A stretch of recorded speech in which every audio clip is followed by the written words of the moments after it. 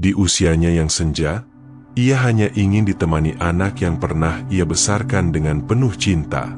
Tapi yang ia dapat, hanyalah kesepian di kursi panti, menunggu kunjungan yang tak pernah datang.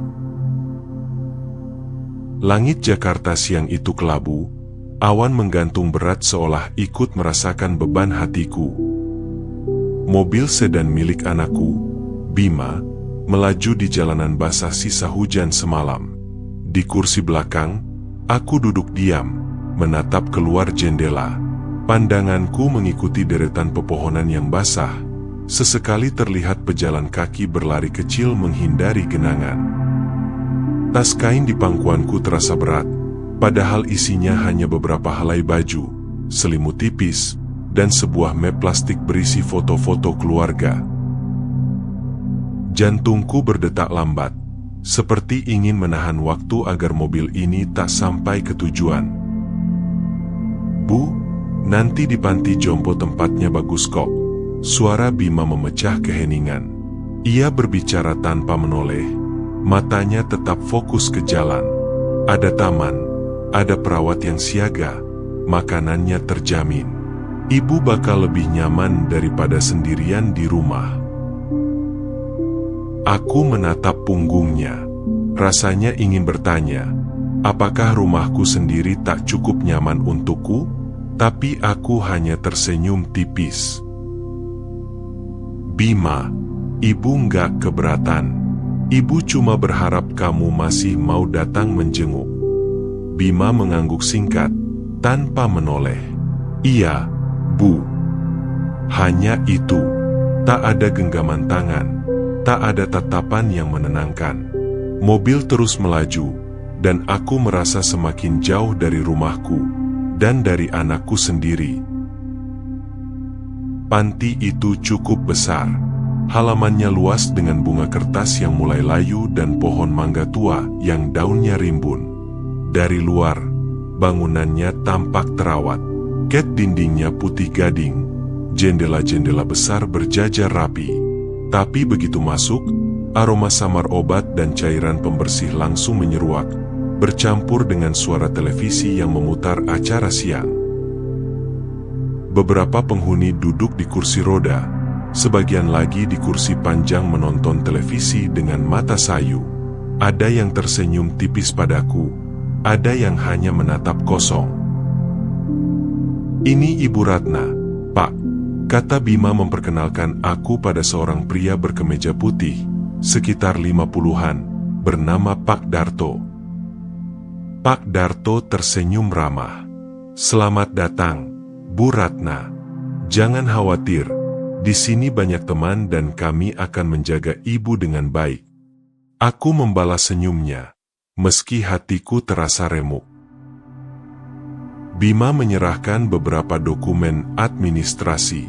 Setelah itu, ia menepuk bahuku singkat. "Bu, aku pamit. Ibu jaga diri baik-baik ya. Nanti aku sempatin mampir."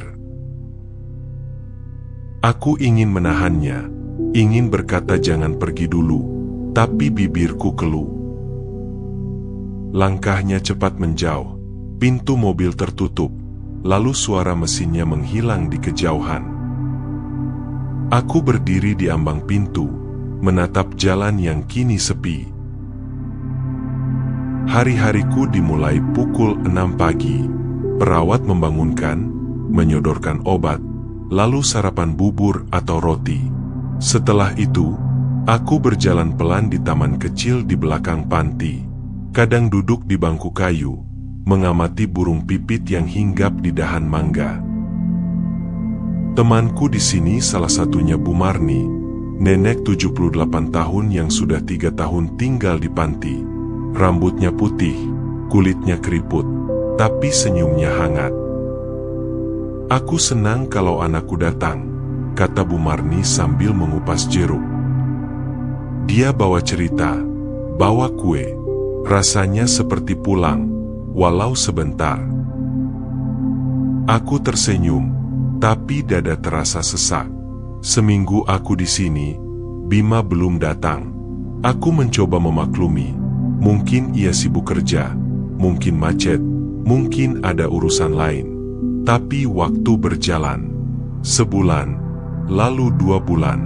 Ia hanya datang sekali. Itu pun hanya menitipkan obat dan langsung pergi. Kadang, saat malam sunyi dan semua penghuni tidur, aku membuka map plastik berisi foto keluarga.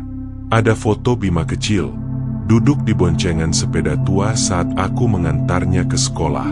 Ada foto wisudanya, di mana aku tersenyum lebar dengan kebaya hijau yang kujahit sendiri. Aku membesarkan Bima sendirian sejak ayahnya meninggal karena kecelakaan kerja.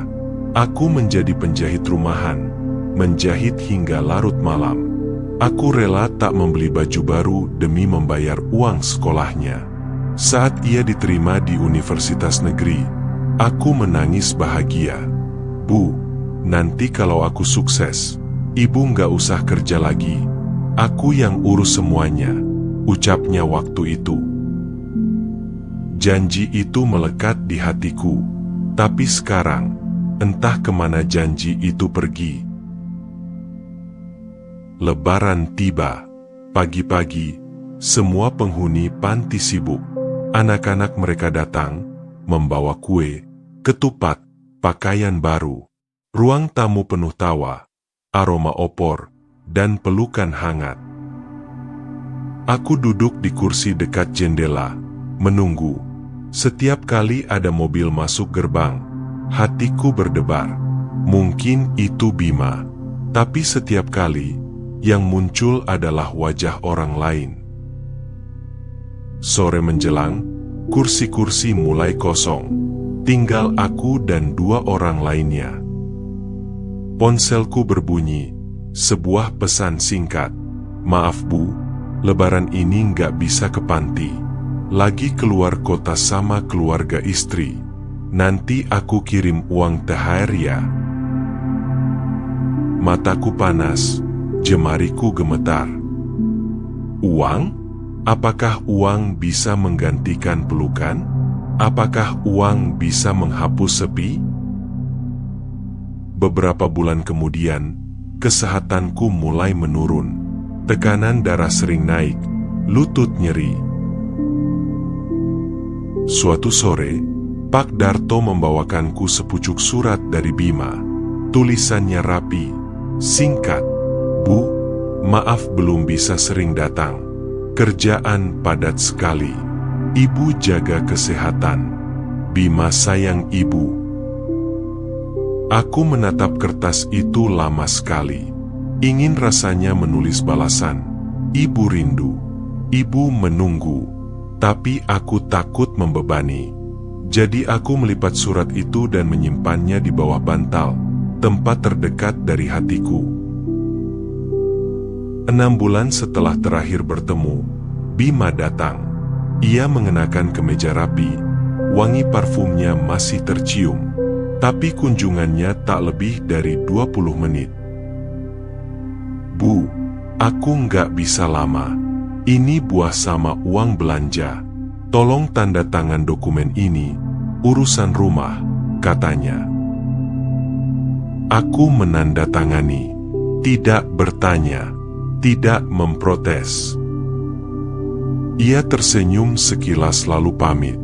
Begitu ia pergi, aku hanya duduk diam. Di luar, pohon mangga menjatuhkan satu buah yang matang. Suaranya terdengar jelas di telingaku, seperti tanda waktu yang jatuh sia-sia.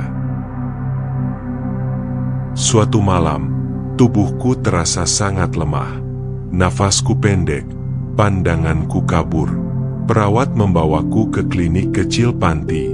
Aku tahu waktuku dekat. Aku memegang foto Bima kecil, membelai wajahnya di gambar itu. Nak, ibu sayang kamu.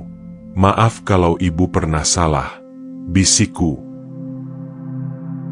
Pagi harinya, aku pergi, tenang, tanpa suara.